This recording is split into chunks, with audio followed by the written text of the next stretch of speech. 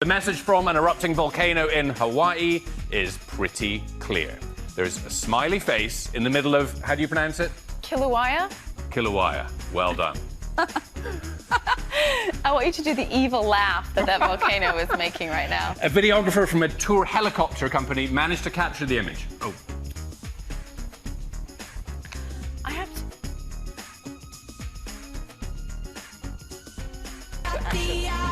We're back now with this morning's Hot Shot, and this is the story of three little bears, but no fairy tale at all. Watch what happens when Rodney Ginn found a hungry bear and her two cubs in his house on Saturday night. Here's the video. Woo! Woo! She's coming upstairs. Oh, God. So obviously, this is all his perspective. Yeah. Okay, there's the bear.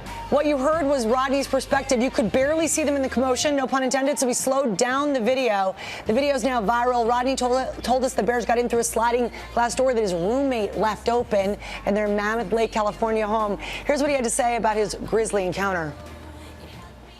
They put a couple of scratch marks on the door. Got a hold of some ice cream in my room on my comforter, which was really gross. Toothpaste, and my Old Spice deodorant. Well, could have been a lot worse, Rodney. They didn't floss, though. They did not floss. Okay. They did use deodorant. We appreciate that. Bears. Why did he have ice cream on his comforter? I don't know. That's a very, very disturbing question. The bears were in the home for over an hour. His sleeping roommate heard him in the kitchen. He thought it was just Rodney down having a snack. So it sounds like the roommate might have...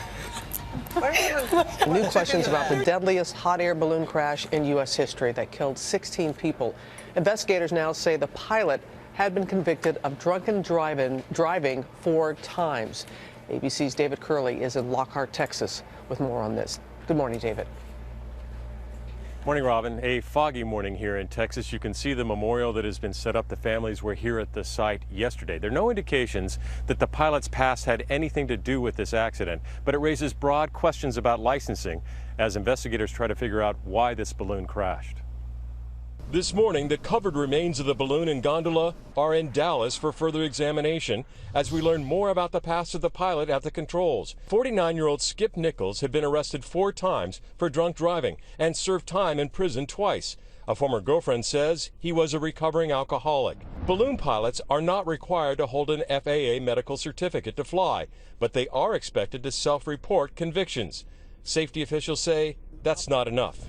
Should they be held to a different standard than somebody who is flying an airplane for hire on air tour operations or a helicopter? So we do see this discontinuity. Investigators say evidence suggests after flying above the clouds and fog, the pilot was trying to land when the gondola hit and then ran along the top transmission lines, bursting into flames and falling about 10 stories to the ground Saturday, killing all 16 on board.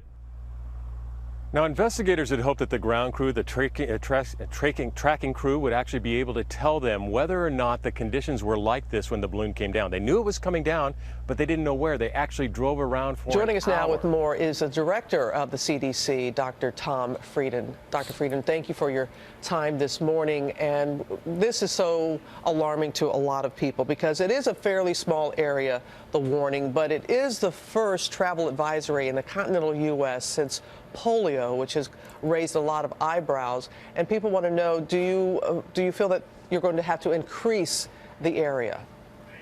Only time will tell, Robin. This is really a new phenomenon. We've never seen a mosquito-borne illness that could cause a birth defect. And right now, there is this very specific area north of downtown Miami where Zika is spreading in that community. So we're advising pregnant women not to go there, and pregnant women who have to live or work there to do everything possible to prevent mosquito bites. 4 cases were announced on Friday and then 10 more on Monday, and some are saying, why wasn't an advisory issued earlier? What we realized over the weekend was that the mosquito counts were not coming down as we had liked, so we haven't achieved good mosquito control in that area. And we now have our top experts on the ground working with the top folks in Florida to figure out what more can be done to knock down this very difficult to control mosquito. I know you said that mosquito control there in Miami has not worked as you had hoped. Why not? Well, there are three different possibilities. First, it could be that the mosquitoes there are resistant to the insecticides being used. Unfortunately, there's no quick test for that. It can take a week or 3 or 4 weeks to figure that out for sure. Second, it may be that there are breeding sites that haven't been eliminated, standing water where mosquitoes continue to be churned out. And third, it is also the case that this is a really tough mosquito to control. This is an unusual neighborhood or an emerging neighborhood. Right. It's mixed use, it has industrial, business, and residential, and that makes mosquito control very complex. Dr. Frieden, no treatment, no vaccine as of right now, and the consequences could be quite dire. So this is something that people really need to take seriously. It is, and it's not just about this neighborhood. All over the U.S., wherever the Aedes aegypti mosquito is present, which is 30 states, generally in the south of the U.S., women who are pregnant really need to do everything they can to protect themselves from mosquito bites. And that's difficult, putting on DEET multiple times a day on exposed skin, wearing long sleeves and long pants, staying indoors. All of these things reduce the risk of mosquito bites. And we can't hear those recommendations enough. Dr. Frieden, thank you very much. Appreciate it. Thank you very much. You take care. An American Airlines pilot coming to the rescue, tackling an allegedly drunk and disorderly passenger who is now facing charges for attacking a flight attendant and threatening the whole crew. The episode caught on a cell phone, and ABC's Nick Watt has our story. Sit down. Sit down.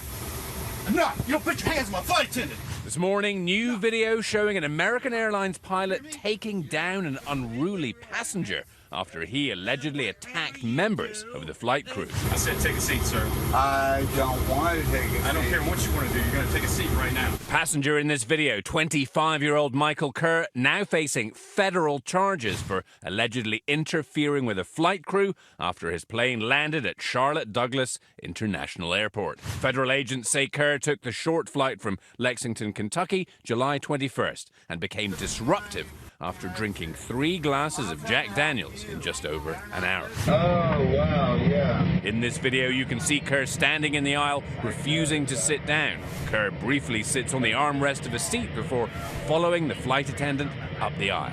According to an FBI affidavit, Kerr threatened to break the flight attendant's jaw. Move. Take a seat. Move. Take a seat. Kerr is then seen here telling the pilot to move. Moments later, he tries to run through the flight attendant, pushing her down before the pilot takes Kerr to the ground. Sit down. Sit down. Enough. You don't put your hands on my flight attendant. The Association of Flight Attendants issuing this statement saying, "We have seen an increase in these incidents throughout the industry. Alcohol is a leading cause of air rage incidents, as it seems to be in this case." Kerr has been released on a $25,000 bond. Missouri roads underwater. We have alerts now from Las Vegas. You see Missouri right there.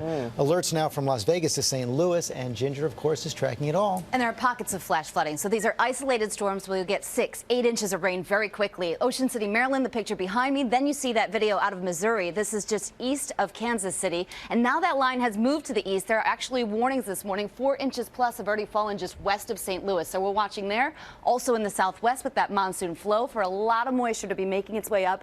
3+ inches falls in just hours and you've got trouble. 90% chance of development for this tropical storm. It would become Earl if it got through parts of the At approximately 3:35 this morning, the Merced area CHP received a phone call of an unknown injury traffic collision. Our officers arrived on scene and located a charter bus. At this point, we do not have the name of the charter bus.